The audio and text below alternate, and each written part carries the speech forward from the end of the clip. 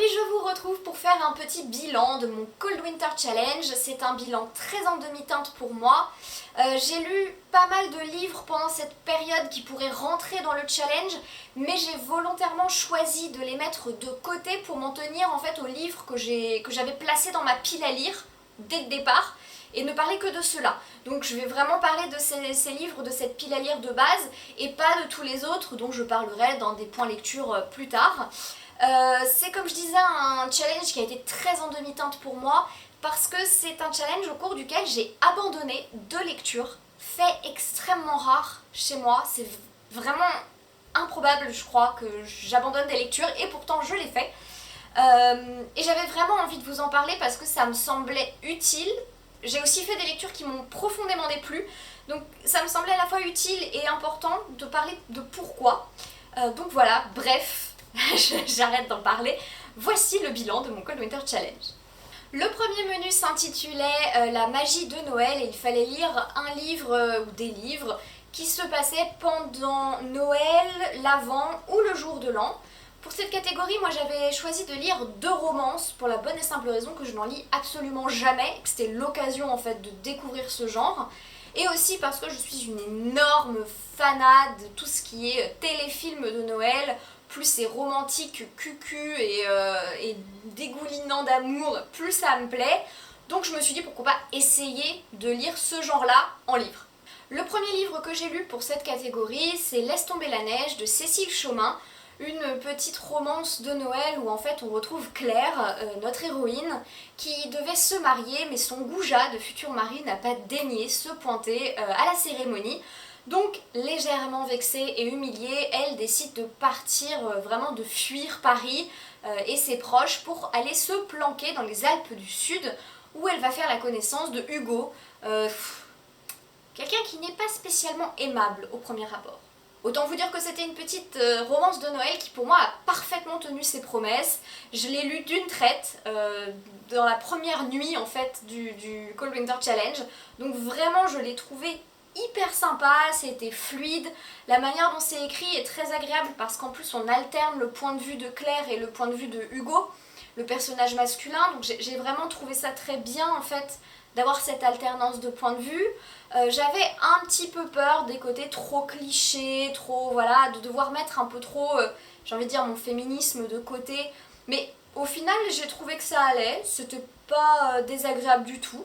En plus, donc ça se passait pendant la période de Noël, il y a vraiment plein de neige, enfin c'était un petit peu magique comme ambiance, j'ai vraiment trouvé ça très sympa, très chouette.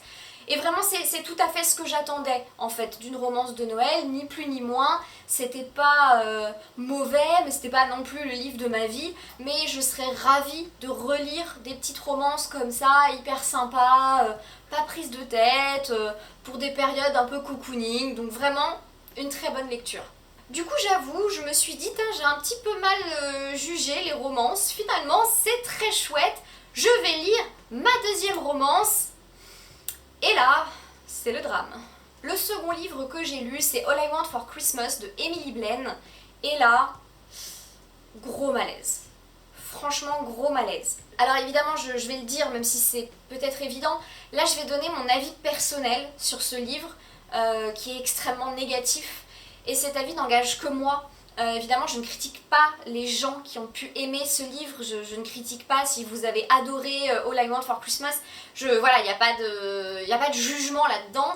Moi, je donne vraiment mon avis personnel, comment je l'ai ressenti. Et c'est un livre en fait qui m'a profondément choquée en fait. L'histoire de base c'est celle de Emma, une jeune femme qui a à peu près tout ce qu'elle veut dans la vie, elle aime bien son travail, elle a un groupe d'amis très sympa avec qui elle s'entend très très bien. Donc il y a Grégoire, son frère qui est marié, Yann, son meilleur ami et qui est aussi l'ami de son frère, et Julie, une de ses meilleures amies. Elle n'a pas besoin de grand chose de plus dans son existence, elle se sent très bien. Jusqu'à ce qu'elle se rende compte que Yann, son meilleur ami, a en fait des sentiments pour elle et qu'il a envie que leur relation amicale évolue vers une relation amoureuse. Jusque là, moi ça me choque pas parce que c'est une mécanique assez basique finalement, une structure assez simple qu'on retrouve dans beaucoup de romances, mais la manière dont c'était traité ne m'a pas du tout convenu.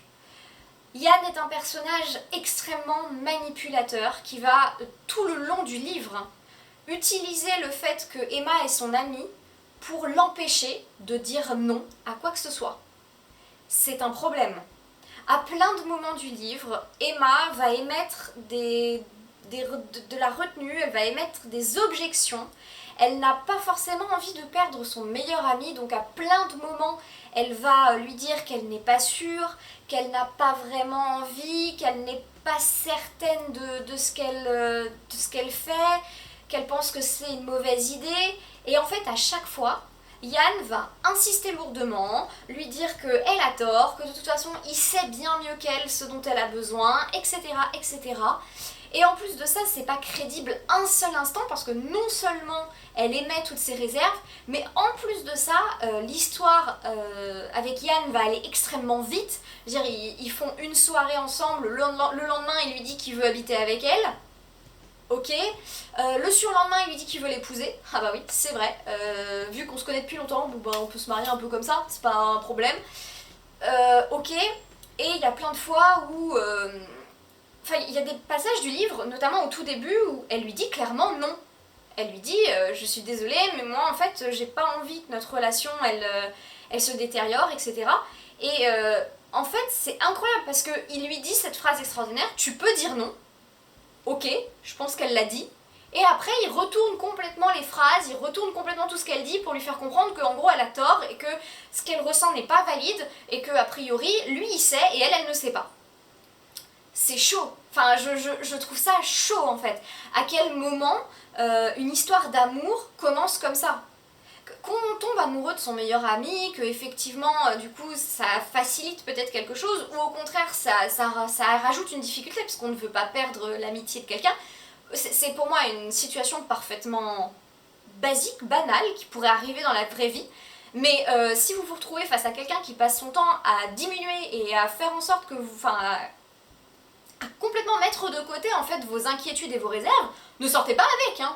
C'est pas quelqu'un de bien, juste. Donc non seulement il y avait ces passages qui m'ont profondément gênée, à certains moments Emma a un petit peu envie, donc bon ben c'est cool, je me disais j'espère que là ça va s'améliorer, qu'elle va montrer qu'elle est contente. Alors ça, elle montre qu'elle est contente 5 minutes, puis il lui rebalance une phrase qui la fait flipper à mort, et du coup elle est là genre bah non en fait je voudrais qu'on y aille plus doucement. Non mais c'est encore toi qui panique, t'inquiète pas, moi je sais, toi tu sais pas. Ok. Donc c'était hyper frustrant. Je l'ai lu jusqu'au bout parce que j'avais espoir en fait. J'avais envie que à un moment en fait, il y ait quelque chose qui me gêne moins, qu'il y ait quelque chose qui me rassure. Ça n'est pas arrivé malheureusement, donc j'ai terminé ce livre avec un sentiment très désagréable. Il y a un passage extrêmement révélateur de la personnalité de Yann, c'est au début où en fait lui il lui dit qu'il veut un premier rendez-vous pour pouvoir pouvoir sortir ensemble peut-être, donc pour mieux se connaître sous cet angle-là. Et il l'invite en fait, alors déjà super premier rendez-vous, il l'invite à un dîner d'entreprise, dans son entreprise à lui, qui est quand même un peu huppée, donc il faut qu'elle s'achète une robe un peu de cocktail, et il l'accompagne pour acheter cette robe, donc c'est lui qui décide de la robe. À un moment il lui dit « Ah, t'as besoin d'aide ?» Elle lui dit « Non, non, ça va, non mais c'était pas une question. » D'accord. Et la cerise sur le gâteau de cette scène, c'est en fait... Il insiste pour payer la robe et elle dit qu'elle essaye d'avancer des arguments féministes sur l'égalité homme-femme, etc. pour lui dire je ne veux pas que tu payes la robe. Et sa réponse à lui c'est, il explose de rire et il lui dit tu sais même pas ouvrir un pot de confiture toute seule.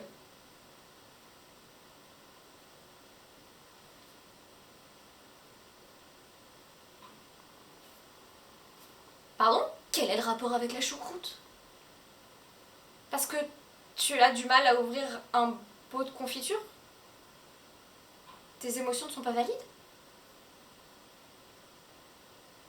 Quoi? Donc c'est très révélateur en fait de tout ce qui se passe parce que tout le long du livre il passe son temps à infantiliser cette pauvre Emma qui ne sait pas comment lui répondre parce qu'en fait elle n'ose pas toujours lui dire des choses parce qu'elle a peur de perdre son meilleur ami, donc elle se trouve dans une situation en fait de soumission complète. Ok, belle romance, bravo, j'aime bien.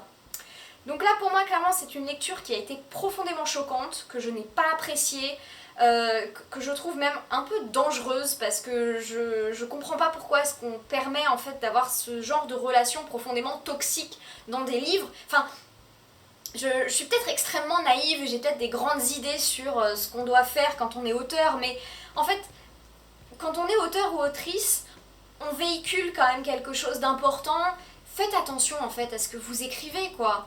Enfin, essayez de faire en sorte que les gens qui vous lisent se mettent pas à vous dire, à se dire une bonne relation c'est quelqu'un qui m'infantilise et qui choisit tout pour moi parce que moi je suis trop naïve et immature pour savoir ce que je veux dans la vie, même si clairement tout ce que je ressens va complètement à l'encontre de ce qui est en train de se passer.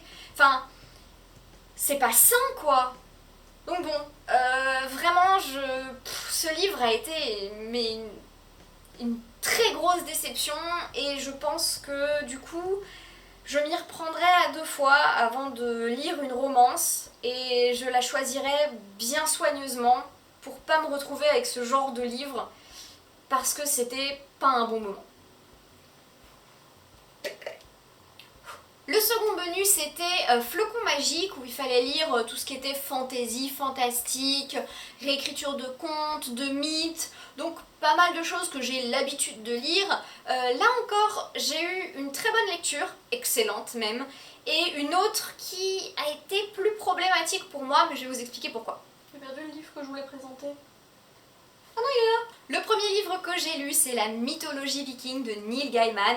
Merci Neil Gaiman d'avoir complètement relevé le niveau de ce challenge, rien qu'avec cette petite pépite. Dans celui-ci, vous retrouvez tout simplement des épisodes de la mythologie nordique réécrits par Neil Gaiman, donc avec sa patte, mais tout en conservant l'ambiance de la mythologie viking. Je suis une énorme fan de la mythologie viking, donc j'étais hyper heureuse de lire ces petites histoires. J'ai beaucoup aimé parce que c'est découpé en petits épisodes, donc vous pouvez vraiment les lire séparément entre 2 lectures ou le soir avant de vous endormir si vous êtes un peu fatigué. Vous pouvez quand même prendre quelques minutes pour lire une des histoires assez courtes, donc ça c'était très plaisant. J'adore la manière dont écrit Neil Gaiman, je trouve que c'est extrêmement fluide et facile à lire, donc ça évidemment c'est quelque chose que j'ai aussi retrouvé. J'aime les personnages, les dieux nordiques sont extraordinaires, ils sont touchants, extrêmement humains, parfois jaloux, envieux, ils ont beaucoup de travers en fait qui ressemblent aux humains, ils se mettent en colère, et c'est leur imperfection qui fait que je trouve que c'est un très beau tableau en fait, la mythologie nordique, et c'est très agréable à lire pour ça. En plus de ça, alors, la mythologie nordique a une genèse assez conséquente, assez vaste, que Neil Gaiman résume plutôt bien au début du livre pour qu'on puisse toujours s'y référer, qu'on puisse savoir où on en est et qu'on sache dans quel monde et quel personnage, etc. parce que ça peut être vite perturbant. Donc ça, j'ai trouvé ça plutôt sympa de rappeler un petit peu où est tout le monde et comment est-ce que ça s'est passé. Donc ça, c'était très chouette. Et puis vraiment, les petites histoires super rigolotes, super sympas, jusqu'au Ragnarok. Donc, c'est vraiment magnifique. Je trouve vraiment très beau la mythologie nordique. C'est très poétique, très beau, plein de symboles, plein de... Et Neil Gaiman l'a tellement bien retranscrit. Et j'en parle hyper mal, donc je suis désolée, mais voilà. Si vous avez l'occasion de le lire, vraiment prenez ce temps parce que c'était une petite merveille qui m'a fait un bien fou, qui m'a énormément plu. J'avais un plaisir incroyable à revenir à ma lecture à chaque fois, donc une excellente lecture. La seconde lecture que j'ai faite pour cette catégorie, c'est Déraciné de Naomi Novik.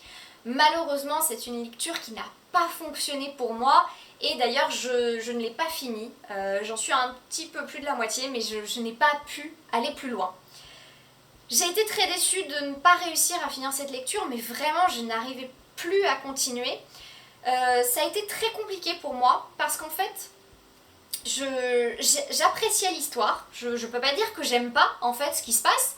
L'histoire de base, c'est Agnieszka, une jeune fille qui vit dans un village en fait, qui est entourée d'une forêt magique, un peu maléfique, qui attaque le village, mais heureusement, ils sont protégés par un magicien qu'on appelle le dragon, et qui protège donc le village, mais tous les 10 ans, il vient chercher une jeune fille, qu'il emporte dans la tour, et qui garde séquestrée dans la tour avec lui pendant 10 ans.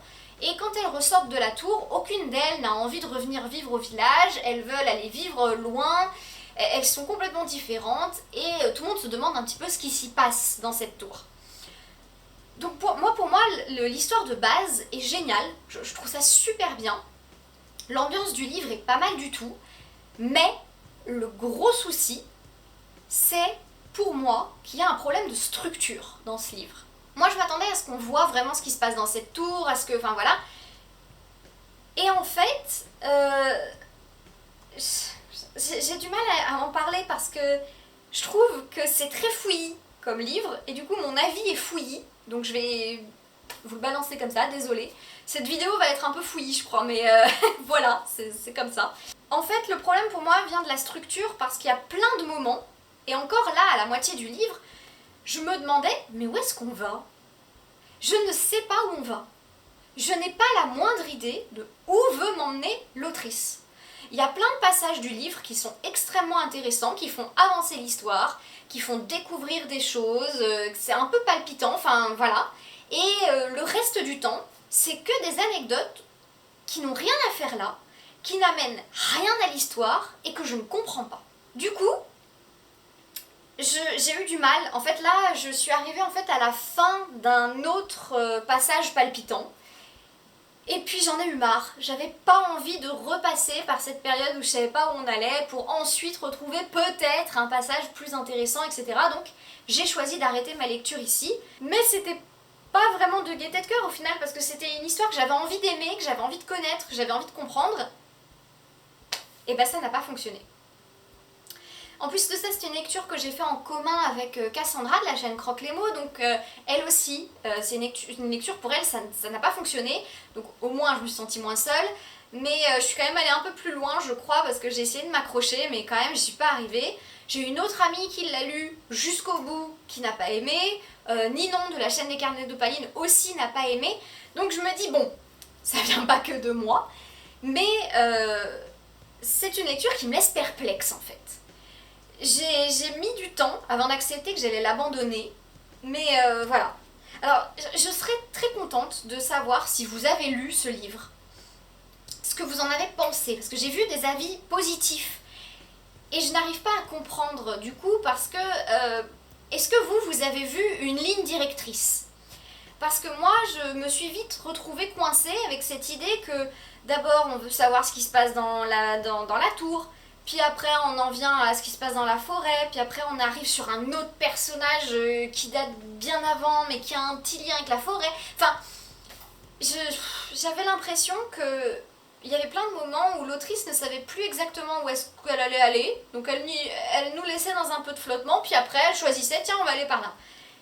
Et ça m'a gênée. Alors j'aimerais savoir, est-ce qu'il y en a que ça n'a pas gêné, est-ce qu'il y en a qui ont aimé, etc. Parce que je me pose un peu la question. Donc bref, pour moi c'est une lecture qui ne l'a pas fait, mais tant pis, ça arrive. J'ai été déçue de l'abandonner, mais bon, c'était comme ça. Le troisième menu, c'était le menu marché dans la neige. Donc là, il s'agissait plutôt de nature writing, littérature de voyage, grands espaces. Et pareil, pour cette catégorie, j'ai lu 2 livres. Il y en a un, je l'ai abandonné quasiment tout de suite, donc on peut pas dire que je l'ai lu. Et un autre qui a été une excellente surprise. Le premier que j'ai lu et que donc j'ai abandonné tout aussi rapidement, c'est malheureusement La Horde du Contrevent de Alain Damasio. Mais malgré tout, pour celui-ci, je ne vais pas du tout faire une critique négative, parce que si je l'ai abandonné, je pense que c'est surtout parce que ce n'était pas le moment pour moi de le lire. Je vois à quel point c'est très beau, je vois la beauté du livre, je vois la beauté de l'écriture, la force en fait de ce roman, mais malgré tout, ça ne m'a pas accrochée. Je pense vraiment que c'est une question de timing, ça se trouve l'avenir me dira que pas du tout, ça ne m'a pas plu et puis basta, mais je pense que c'était vraiment une question de timing et je pense que je réessayerai un peu plus tard de continuer cette lecture.